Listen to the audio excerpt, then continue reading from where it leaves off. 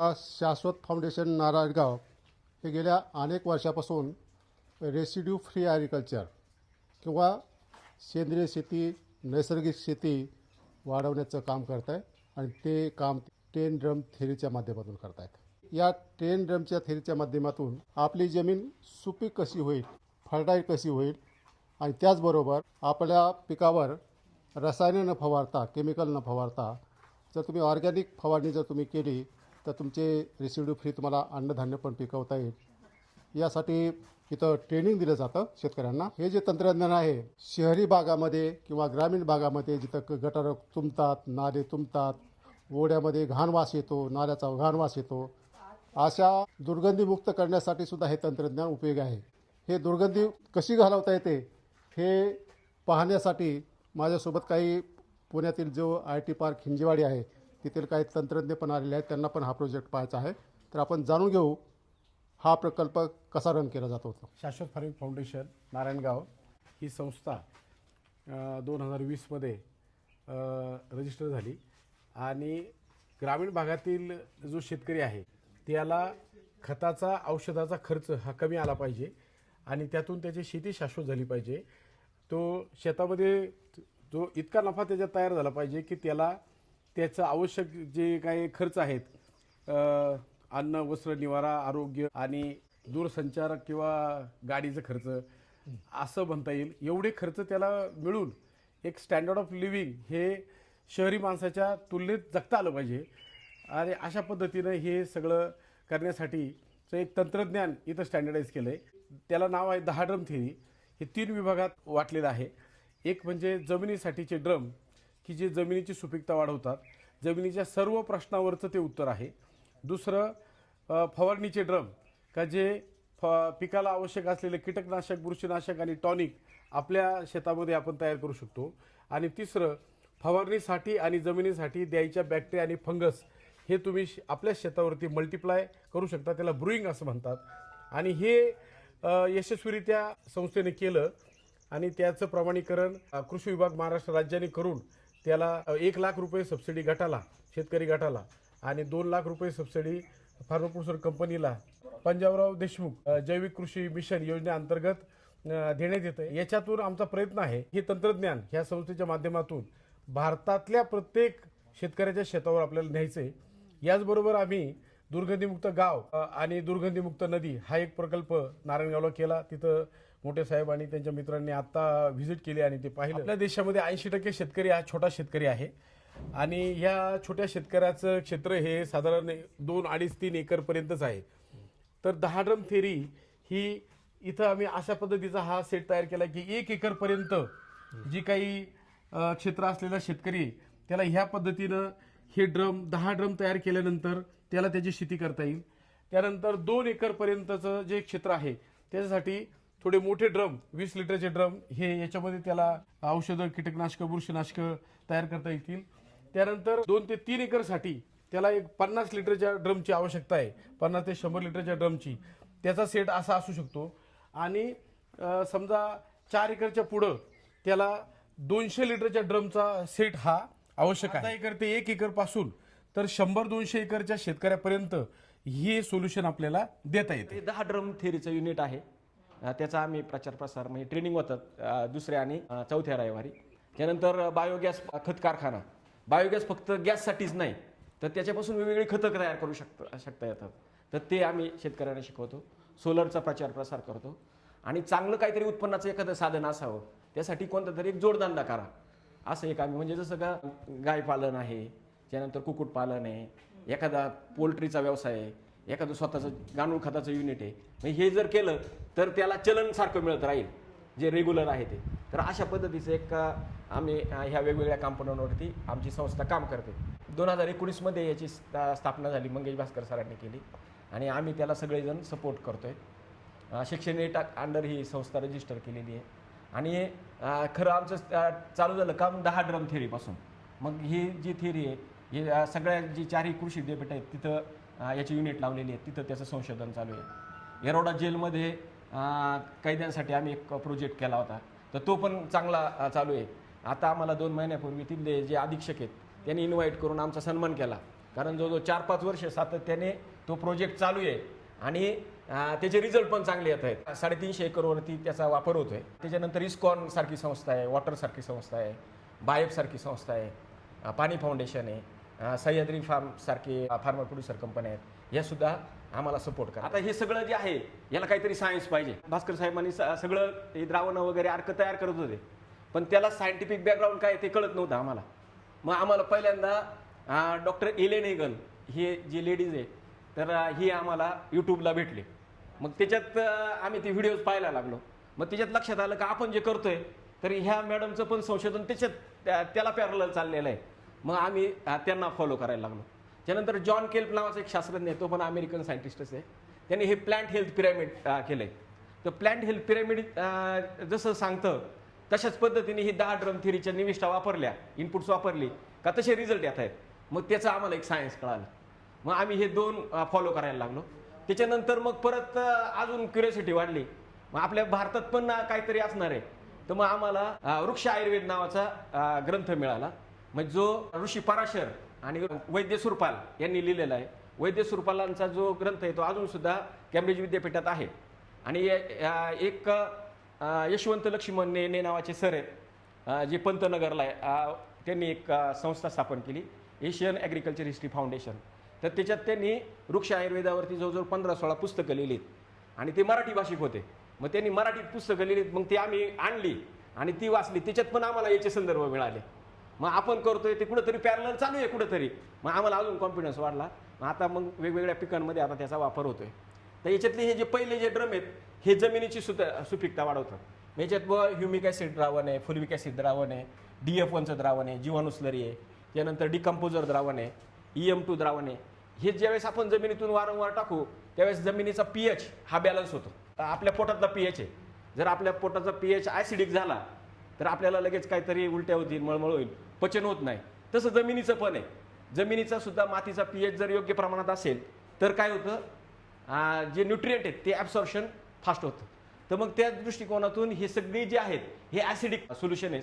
pH balance होतो आणि pH balance झाल्यामुळं न्यूट्रिशन बऱ्यापैकी झाडांना मिळतं. त्याच्यानंतर हे पुढचे जे आहेत अर्क, याच्यात दशपर्णी अर्क आहे, आमिल अर्क आहे, वेमिल अर्क आहे, देशी केल्प आहे, फळ अर्क आहे, मासा अर्क आहे आणि खेकडा अर्क आहे. हे सगळे जे आहेत ह्या बाबी या सगळ्या तुमच्या आजूबाजूला मिळणार आहेत. याच्यापासून आपण काय करतो, हे जे प्लांट प्रोटेक्शनसाठी म्हणजे रोग आणि किडीचं संरक्षण करण्यासाठी आपण ह्या अर्कांचा वापर करतो. मग याचं एक्स्ट्रॅक्शन कसं करायचं, तर एक्स्ट्रॅक्शनला वेगवेगळ्या पद्धती आहेत. म्हणजे जसं की आपण सडवून करू शकतो. म्हणजे पाण्यात टाकला पाला, समजा दशपर्णी करायचं आहे मला, तर मी काय करणार, पाला घेणार वेगवेगळ्या वनस्पतींचा, तो पाला पाण्यात टाकणार आणि सडवणार.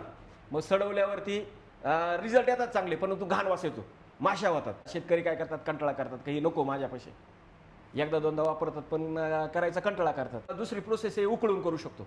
म्हणजे जसं आपण घरी काढा वगैरे करतो तसा दशपर्णी अर्क तुम्ही उकळून पण करू शकता. मग ते पण एकदा हाऊस म्हणून करतो शेतकरी, परत करत नाही. मग त्याच्यात आम्हाला हे EM साहेबांना सापडलं, मंगेश सरांना.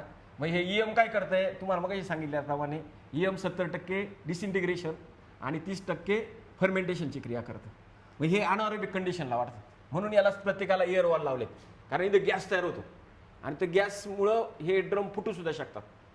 म्हणजे अगोदर ज्यावेळेस आम्ही केलं त्यावेळेस फुटायचे ड्रम, कारण तेवढं त्याच्यात गॅसेस तयार होतात आणि गॅस तयार झाला का ते ड्रम ब्लास्ट व्हायचा.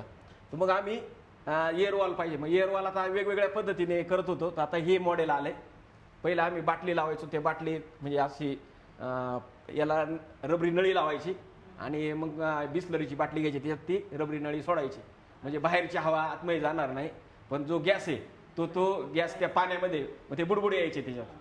पण ते काय व्हायचं, ते वारं वगैरे आलं किंवा एखादं मांजर वगैरे वरून पळालं तर मग ते काय व्हायचं, ती बाटली पडली का मग ते परत अनएरोबिक कंडिशन राहत नव्हती, तर एरोबिक कंडिशन व्हायची तयार.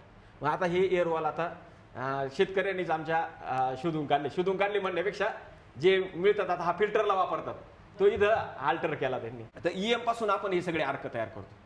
म्हणजे तुम्हाला पाला घेतला, पाला कसा पाहिजे, मगाशी तुम्हाला सांगितल्याप्रमाणे जो पेस्टिसायडल प्रॉपर्टी आहेत, म्हणजे ज्याच्यात निरगुडी आहे, करंज आहे, त्याच्यानंतर पपई आहे, म्हणजे असे वेगवेगळे पाले, नीम आहे, तर ह्याचे गुळवेल आहे, याचा पाला आपण ज्यावेळेस याच्यात टाकतो त्यावेळेस ती काय होतं, त्याच्यातले जे कॅरेक्टर्स आहेत ते त्याच्यात उतरतात. त्याला आम्ही प्लॅन्ट सेकंडरी मेटाबॉलाइट्स म्हणतो.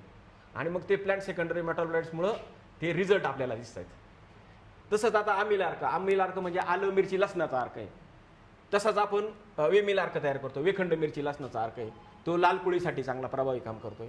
देशी केल्प म्हणजे कोरपड, शेवग्याचा पाला आणि घास, जनावरांना जो घास चारतात तर त्याच्या पाल्यापासून केलेला देशी केल्प आहे. त्याच्यानंतर पुढं फळ अर्क, जी गोड फळं आहेत खराब झालेली, समजा केळी आहे, एकदम बिलबिलीत झालेली आपण खात नाही, सफरचंद आहे खराब झालेली तो दुकानदार फेकून देतो, चिकू आहेत खराब झालेले लवकर खराब होतात ते फेकून देतो, मग त्याच्यापासून अर्क तयार करायचा फळ अर्क म्हणतो आपण. त्यानंतर मासे, खराब मासळी आहे जी वेस्टेज आहे त्याच्यापासून मासा अर्क तयार करतो. माशामध्ये प्रोटीन्स भरपूर आहेत आणि प्रोटीन्स म्हणजे नायट्रोजनचा सोर्स आहे, मग त्यातून नायट्रोजन मिळतोय.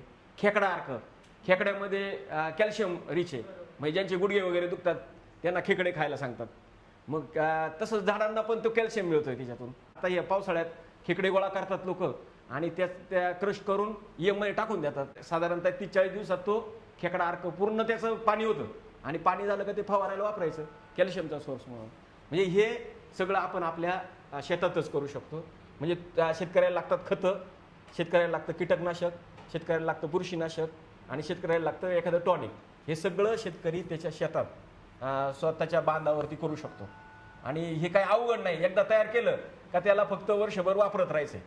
म्हणजे त्याला असं काही वेगळं कष्ट लागत नाही. फक्त 2 दिवस म्हणायचं का एखाद्या मजुराकडून ते करून घ्यावं लागतं आणि व्यवस्थित त्याचं शेड्यूलमध्ये वापरलं तर आपण जसं हे आपलं च्यवनप्राश वगैरे खातो आहे का नाही, किंवा डेली रुटीनमध्ये आपण बरेच आयुर्वेदिक वगैरे औषधं किंवा म्हणजे वापरतो, तर तसं हे जर आपण डेली रुटीनमध्ये जर वापरत राहिलो तर शक्यतो झाडावरती रोग आणि कीड येत नाही. याच्यात पण जर आली तर मग शेतकऱ्यांना आम्ही असं सांगत नाही का तुम्ही आता पूर्ण वेळ याच्यातच राहा. म्हणजे जसं समजा एखादा आजारी पडला माणूस, आपण पहिल्यांदा उपचार करतो घरी, पण त्या ठराविक लिमिट नंतर आपण काय म्हणतो लगेच ते हॉस्पिटलमध्ये जा. मग तसंच आम्ही शेतकऱ्यांना पण समजा एक ठराविक लेवलच्या पुढे जर गेलं तर मग त्याने हॉस्पिटलमध्ये जायचं. म्हणजे मग तिथं तुम्ही केमिकलचा आधार घ्यायचा आणि तुमचा जो प्रॉब्लेम आहे तो सॉल्व्ह करायचा. मग केमिकल कोणतं वापरायचं जे माणसाला घातक नाही. म्हणजे कसं त्याचं MRL लेवल, PHI म्हणतात पोस्ट हार्वेस्ट इंटरव्हल असतो, किंवा MRL लेवल म्हणजे मॅक्झिमम रेसिड्यू लेवल, ही पाहून तुम्हाला ते औषध सिलेक्ट करायचं आणि मग ते फवारलं तर मग रिझल्ट येतात. मग ते आपल्याला माणसाला पण घातक नाही आणि आपलं जे प्लॅन्ट प्रोटेक्शन करायचं ते पण होतं. हे अशा पद्धतीने हे सगळं काम सगळ्या पिकांवरती. द्राक्षामध्ये काम चालू आहे. द्राक्षामध्ये मंगेश सरांनी 2000 सालापासून काम केलेलं आहे. त्यानंतर केळीमध्ये बऱ्यापैकी आताचं काम चालू आहे. त्याच्यानंतर सगळ्या ज्या पालेभाज्या आहेत त्याच्यात आमचे शेतकरी लिडिंग करतात आणि मग तो शेतकरी आमचा HOD असतो. म्हणजे समजा तुम्हाला एक 15-20 वर्ष टोमॅटो उत्पादनाचा अनुभव आहे, मग हे आमचे ॲग्रोनॉमिस्ट, हे हेड ज्यांना अनुभव येते, मग आम्ही त्यांना फॉलो करणार, आम्ही त्यांना शेड्यूल दाखवणार, ते इम्प्लिमेंट करणार. तिथले जे प्रॉब्लेम आणले ते, कारण त्यांना ते सारखं डोळ्यात असतं त्यांच्या टोमॅटो पीक किती दिवसांनी पानं येतात, किती वाढतात, फुलं कितव्या दिवशी लागतात, फुटवे किती निघतात, हे सगळे बऱ्याच व्हरायटी पाहत ते तिथपर्यंत आलेले असतात. मग ह्या जे अनुभवी लोकांना फॉलो केलं का मग बाकीच्यांना पण त्रास होत नाही. मग असे आमचं सगळं चालतं. साधारणतः 60 ते 70 पिकांवरती आम्ही शेड्यूल पण आमची तयार आहेत. तर असे सगळीकडं महाराष्ट्रात, त्याच्यानंतर कर्नाटक, MP इथले आता शेतकरी आमच्याबरोबर जोडले जात आहेत. शेतकऱ्याला हे सगळे वेगवेगळे करणं जरुरी आहे की तो एकाच ठिकाणी पाळापाचोळा, फळं, मासोळी, खेकडे सगळे एकातच घालून त्यात EN सोल्युशन घालून त्याचं सोल्युशन बनवू शकतो का वेगवेगळं बनवणं जरुरी आहे? आता याच्यात आहे ना, तुमचा प्रश्न बरोबर आहे. याचं कंबो पॅक पण करता येऊ शकतं, पण जनरली काय होतं प्रॉब्लेम्स वेगवेगळे असतात. मग त्याच्यात एक स्पेशल असावं, मग त्या दृष्टिकोनातून हे असेच वेगवेगळे ड्रम झालेले आहेत तयार. काही शेतकरी आता हे आमिल, वेमिल आणि दशपर्णी याचं एक कंबो युनिट करतात, म्हणजे तिन्ही पण एकत्र करून असे पण तयार झालेले आहेत. आता असे पाहिले तुम्ही तर 12 ड्रम होतात. मग आम्ही शेतकऱ्यांना सांगतो 10 पर्यंत करा. मग हे हळूहळू ते पुढं एक ड्रम निघत आलाय. मग याचं मिश्रण पण आपण करू शकतो. म्हणजे मासा आणि खेकडा याचं पण कंबो पॅक करता येऊ शकतो. किती फरक पडतो अजून आता हे यूज केलं आणि बाहेरून सेम गोष्टीसाठी केमिकल्स फर्टिलायझर किंवा इक्विव्हलंट औषधं केमिकल औषधं घेतले सेम तेवढ्याच 1 एकरसाठी समजा, तर त्याच्यात किती टक्के किंवा कसा फरक? खतं आणि औषधं याच्या किमतीमध्ये साधारणतः 50% घट होते. हो, 50% तुम्हाला हे जर वापरायला सुरुवात केली का 50% खतं आणि औषधं कमी लागतात. म्हणजे जसं की आता आम्ही समजा ह्युमिक ॲसिड द्यायला सांगतो, ह्युमिक ॲसिड 20 लिटर द्यायचं आहे तुम्हाला, तर 20 लिटर देताना तुम्ही समजा केमिकल घेत असाल तर जिथं तुम्ही 8 किलो 1261 हे खत देत आहे, तिथं आम्ही त्यांना सांगतो की तू 4 किलोच वापर, पण याच्याबरोबर ब्लेंड करून वापर. म्हणजे याच्याबरोबर ब्लेंड करून वापरल्यामुळं काय झालं, त्याची अवेलेबिलिटी वाढली आणि अवेलेबिलिटी वाढल्यामुळं त्याला रिझल्ट तेच मिळाले जे त्याला अपेक्षित आहे. मग तिथं तुमचा 50% डायरेक्ट खर्च कमी झाला. तसंच याच्यात पण आहे, तुमचे 2 जरी स्प्रे कमी झाले एखाद्या पिकावरचे, आता 4,000 रुपये तर सहज लागतात एका स्प्रेला. 8,000 रुपयाचे 2 स्प्रे वाचतात. म्हणत होता हे केमिकल फ्री करतोय ना, रेसिड्यू फ्री. Residue free. आता केमिकल कशाला वापरायचं आपण? नाही, आता याच्यात काय होतं, जनरली मी तुम्हाला मगाशी सांगितलं, समजा एखादा माणूस आजारी पडला तर आपण त्याला डॉक्टरकडे नेतोच ना, मग तिथं ॲलोपॅथी. मग तसंच जर किडीचं किंवा रोगाचं प्रमाण, त्याला इकॉनॉमिक थ्रेशोल्ड लेवल म्हणतात, ETL लेवल, त्याच्यापेक्षा जर जास्त जर झालं तर मग तुम्हाला केमिकलचा आधार घ्यायचा. एमर्जन्सी. हे आयुर्वेदिक आहे. हा, हे आयुर्वेदिक म्हणू आपण. पण आता हे जे आपण सगळं बघितलं, but if we are doing this regularly, आपण हे करत असेल तर मग ते येत नाही. मग त्याच्यात काय होतं, झाडामध्ये म्हणजे जो रेजिस्टन्स आहे, म्हणजे त्याला ISR म्हणतात, ISR, इंडो सिस्टेमिक रेजिस्टन्स, तो काय होतो झाडामधला वाढतो. का वाढतो, तर त्याला सारखे प्लांट मेटाबॉलाइट्स मिळत असतात, प्लांट सेकंडरी मेटाबॉलाइट्स. प्रायमरी मेटाबॉलाइट्स म्हणजे काय, त्याला दिनचर्यातला म्हणजे जे रेग्युलर जे लागतं ते प्रायमरी मेटाबॉलाइट्स, आणि सेकंडरी म्हणजे त्याला एक एक्स्ट्रा म्हणू आपण, जे बुवा लिपिडच्या स्वरूपात, प्रोटीनच्या स्वरूपात हे लिपिड्स त्याच्यात साठले जातात. यात बरेच आहे, येस कंटेनिंग कंपाऊंड्स वगैरे. तर हे जे कंपाऊंड जर त्या झाडामध्ये जर असतील तर मग ते झाड लवकर बळी पडत नाही. शेतकऱ्याला ट्रेनिंग घ्यायचं आहे. ट्रेनिंग कोणत्या दिवशी असतं, त्याला काय फीस असते का, किती दिवसाचं ट्रेनिंग असतं, आणि संपर्क कोणाला करायचा? शाश्वत फार्मिंग फाउंडेशन मार्फत ह्या ठिकाणी कांदळी, तालुका जुन्नर, जिल्हा पुणे या ठिकाणी ट्रेनिंग होतात. साधारणतः पुण्यापासून साधारणतः 85 किलोमीटरवरती हे आमचं ट्रेनिंग सेंटर आहे. आणि इथं 2ऱ्या आणि 4थ्या रविवारी शेतकऱ्यांची प्रशिक्षणं घेतली जातात. त्याच्यासाठी आपल्याला पहिल्यांदा प्रशिक्षणासाठी नोंदणी करावी लागते. आमचं जर तुम्ही आता हा सेटअप पाहिला तर एक साधारणतः 20 लोक व्यवस्थित बसतील असा सेटअप आहे. तर आम्ही 15 ते 20च लोक एका ट्रेनिंगला बोलवतो, का जेणेकरून त्यांचे सगळे जे प्रश्न आहेत ते व्यवस्थित त्यांचे सॉल्व केले जातील. त्याच्याकडे प्रत्येकाकडं आपल्याला लक्ष देता येईल. मग त्या दृष्टिकोनातून आम्ही 15 ते 20 लोकांचं ट्रेनिंग हे 2ऱ्या आणि 4थ्या रविवारी घेतो. तुम्हाला जर संपर्क करायचा असेल तर फोन नंबर आहे 97 300 710 50. ह्या क्रमांकावर जर आपण फोन केला, किंवा आमची वेबसाईट पण आहे, त्याच्यातून पण तुम्ही संपर्क करू शकता. शाश्वत फार्मिंग फाउंडेशन @gmail.com हे ईमेल ID पण आहे. याच्यावर सुद्धा तुम्ही प्रशिक्षणासाठी आमच्याबरोबर संपर्क करू शकता. यासाठी जर फी जर तुम्ही म्हणाल तर फी आम्ही 2,000 रुपये फी आकारतो. याच्यामध्ये शेतकरी आल्यानंतर त्याचं रजिस्ट्रेशन होतं. त्याला 3 पुस्तकं देतो आम्ही, 10 ड्रम थेअरी, परसबाग आणि उपयुक्त सूक्ष्मजीवांचं. त्याचबरोबर नोटपॅड आणि वही देतो, म्हणजे ट्रेनिंगचं मटेरियल देतो आम्ही. काही जी मॉड्यूल्स पाहिजे त्याला किंवा शेड्यूल्स पाहिजेत ती पण आम्ही त्याच्याबरोबर त्याला देतो. इथं आल्यानंतर त्याला नाश्ता दिला जातो. मॅडम, नाश्ता म्हणजे आमचा नाश्ता हा वेगळा आहे. नाश्ता कसा आहे तर भरपूर फळं आणि म्हणजे भरपूर फळं खायची. शेतकरी कंटाळेपर्यंत त्याला फळं दिली जातात. फळं, काकडी, गाजर, बीट, आणि त्याच्यानंतर जे सीझनमध्ये असेल ती फळं दिली जातात. नंतर दुपारचं जेवण असतं. दुपारी जेवण पण आमच्या इथले जे महिला बचत गट आहे तर त्यांच्याकडून एकदम असं घरगुती जेवण. त्याच्यानंतर डेमो दिले जातात. शेतकऱ्याला प्रत्यक्ष हे ड्रम कसे तयार करायचे त्याचं एक प्रात्यक्षिक दाखवलं जातं. त्यांना स्वतः करायला लावतो आम्ही. आणि छोटे छोटे बाहेर जे पहिले दाखवले तुम्ही सरांनी, तर त्याच्यात जे छोटे ड्रम आहेत त्याच्यात प्रत्यक्ष कसं तयार करायचं त्याचे पण डेमो आपण घेतो. आता शेतकऱ्याला प्रश्न पडतो की हे प्रत्यक्ष कुठं घडतं आहे, तर मग ते पाहण्यासाठी आपण शेतकऱ्याच्या फील्डवरती त्यांना पाठवतो. म्हणजे असं सगळं दिवसभराचं प्लॅन असतं, 1 दिवसाचं. 1 दिवसाचं.